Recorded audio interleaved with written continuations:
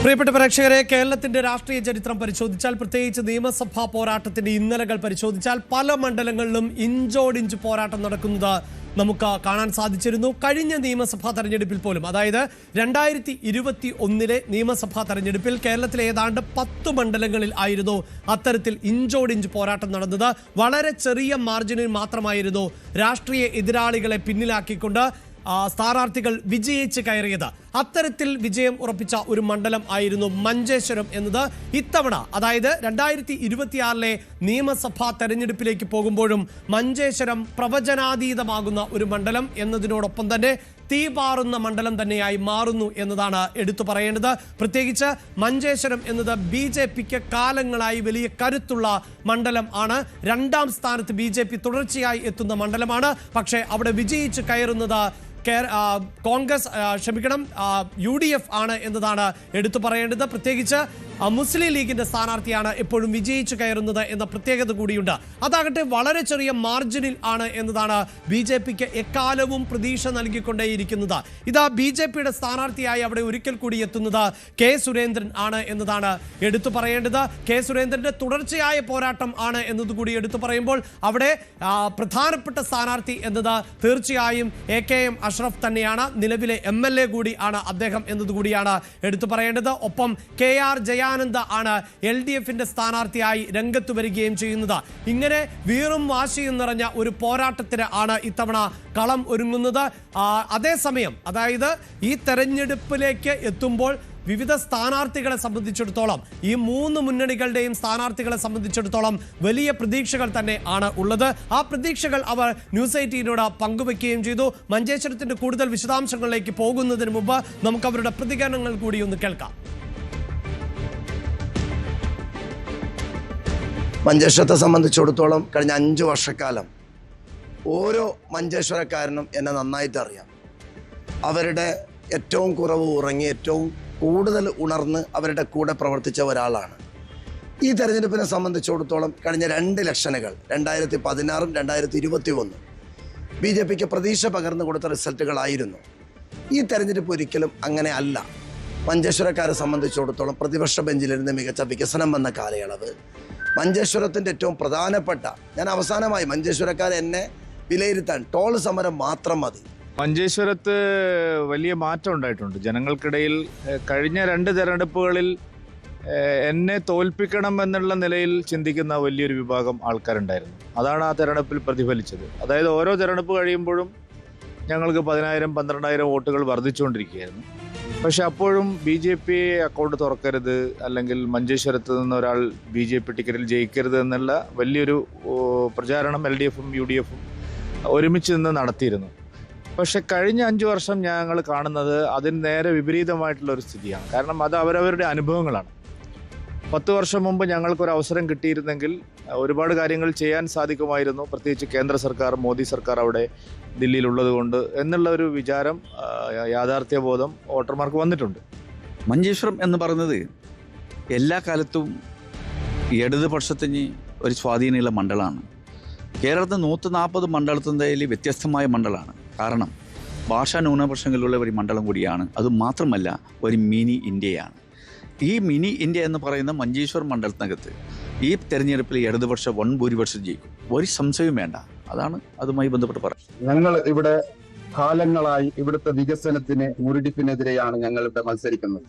തീർച്ചയായും ഇവിടുത്തെ മഞ്ചേശ്വരം മണ്ഡലത്തിലെ നിയോജക മണ്ഡലത്തിലെ ജനങ്ങൾക്ക് ഇവിടെ ഒരു നല്ല ഹോസ്പിറ്റൽ ഇല്ല. ഇവിടുത്തെ ഏറ്റവും വലിയൊരു പ്രശ്നം ഇവിടുത്തെ മാലിന്യം കൊണ്ട് ജനങ്ങൾക്ക് റോഡിലൂടെ നടന്നു പോകാൻ പോലും പറ്റുന്നില്ല.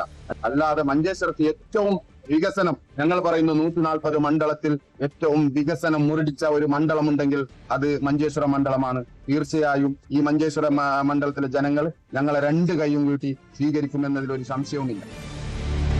ഇത്തവണ മഞ്ചേശ്വരത്തിന്റെ പ്രത്യേകത എന്നത് ഈ പ്രധാനപ്പെട്ട 3 മുന്നണികൾക്ക് പുറമെ SDPIയും മത്സര രംഗത്തുണ്ട് എന്നുള്ളതാണ്. അവിടെ ഇതാ LDFിന്റെ സ്ഥാനാർത്ഥിയായ ജയാനന്ദ പറഞ്ഞതുപോലെ ഒരു മിനി ഇന്ത്യ എന്ന നിലയിലേക്ക് കണക്കാക്കാവുന്ന ഇടം കൂടിയാണ് കാസർഗോഡ് ജില്ല. സപ്തഭാഷാ സംഗമ ഭൂമി എന്ന് കാസർഗോഡിനെ വിശേഷിപ്പിക്കാറുണ്ട്.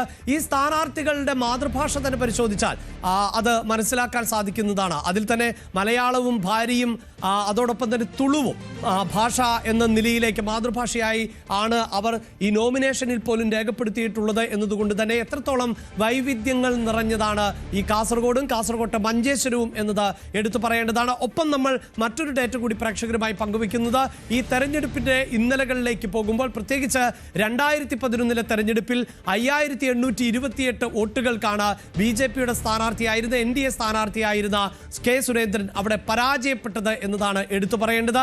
അത് 2016 എത്തിയപ്പോൾ കേവലം 89 വോട്ടുകൾക്കാണ് സുരേന്ദ്രന്റെ തോൽവി. അതായത് കപ്പിനും ചുണ്ടിനും ഇടയിൽ ആയിരുന്നു ആ നഷ്ടം എന്ന് നമുക്ക് മനസ്സിലാക്കാൻ സാധിക്കും. ഇനിയിപ്പോൾ 2021 അതായത് കഴിഞ്ഞ നിയമസഭാ തെരഞ്ഞെടുപ്പിൽ 745 വോട്ടുകൾക്കാണ് സുരേന്ദ്രൻ പരാജയപ്പെട്ടത്. പക്ഷേ അവിടെ പ്രേക്ഷകരെ ഒരു കാര്യം ഒന്ന് ഓർമ്മിപ്പിക്കാനുള്ളത്, ഈ സുരേന്ദ്രന്റെ പേരിൽ ഒരു അപര സ്ഥാനാർത്ഥി കൂടി ഉണ്ടായിരുന്നു എന്നതാണ്. ആ സുരേന്ദ്രന് ലഭിച്ച വോട്ടുകൾ മൈനസ് ചെയ്തിരുന്നുവെങ്കിൽ ഒരു പക്ഷേ ചരിത്രം തിരുത്തിയേനെ എന്നുള്ളത് കൂടിയാണ് എടുത്തു പറയേണ്ടത്. അപ്പോൾ ഇങ്ങനെ എപ്പോഴും അതായത് തോൽപ്പിക്കാൻ വേണ്ടി എതിരാളികൾ എല്ലാ തന്ത്രവും തുടർച്ചയായി പയറ്റാറുണ്ട്. 2014 ഇത്തരത്തിൽ അപരന്റെ അടക്കം സ്ഥാനാർത്ഥിയായി മത്സരരംഗത്ത് എത്തിച്ചുകൊണ്ടായിരുന്നു എതിരാളികൾ തെരഞ്ഞെടുപ്പിന് നേരിട്ടത് എന്നതാണ്. ഒരു പക്ഷേ നേമത്ത് താമര വിരിയുന്നതിന് മുമ്പ് താമര വിരിയും എന്ന പൊതുവെ BJP അനുഭാവികൾ പ്രതീക്ഷിക്കുന്ന ഒരു മണ്ഡലം, പ്രതീക്ഷിച്ചിരുന്ന മണ്ഡലം തന്നെയാണ് മഞ്ചേശ്വരം എന്നതാണ് എടുത്തു പറയേണ്ടത്. ഇനി നമ്മൾ കഴിഞ്ഞ ലോക്സഭയിലെ തെരഞ്ഞെടുപ്പ് അതായത് 2024 ലോക്സഭാ തെരഞ്ഞെടുപ്പ് പരിശോധിക്കുമ്പോൾ അവിടെ UDFന്റെ ഭൂരിപക്ഷം എന്നത് 17,258. അതായത് മഞ്ചേശ്വരം നിയമസഭാ മണ്ഡലത്തിലെ കണക്കാണത്.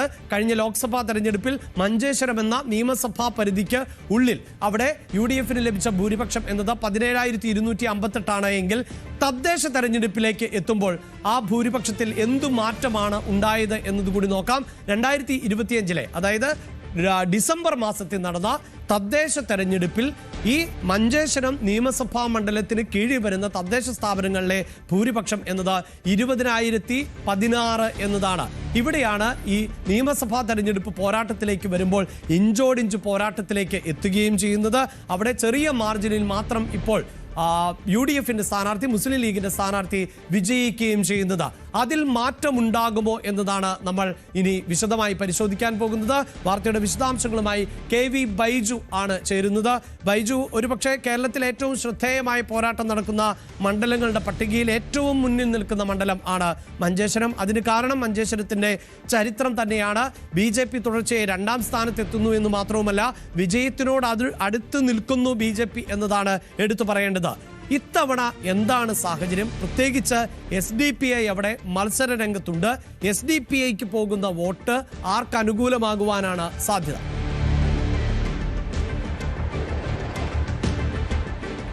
അഭിലാഷേ, നമ്മുടെ സ്ഥാനാർത്ഥികളുടെ എല്ലാം പ്രതികരണം കേട്ടുകഴിഞ്ഞു.